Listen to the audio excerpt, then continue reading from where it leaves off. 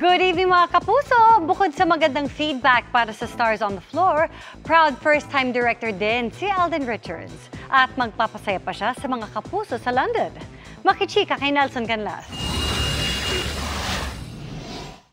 As a first-time director, another achievement unlocked para kay Alden Richards ang maimbitahan sa Danang International Film Festival sa Vietnam.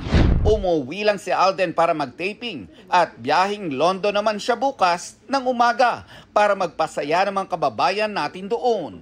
Kasama sina Julian San Jose at River Cruz na bumiyahe na kanina.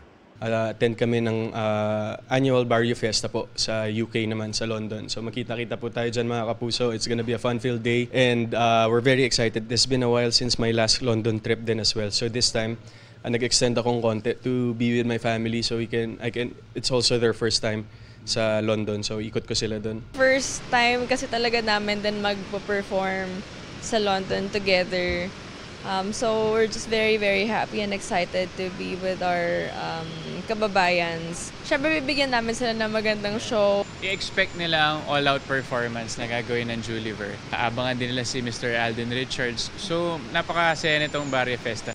Sobrang ipinagmamalaki daw ni Alden ang reality competition na Stars on the Floor. Natutuwa ang Asia's multimedia star dahil nakikita raw ng mga kapuso ang pinaghihirapan ng mga celebrity at digital stars pagdating sa pagsasayaw.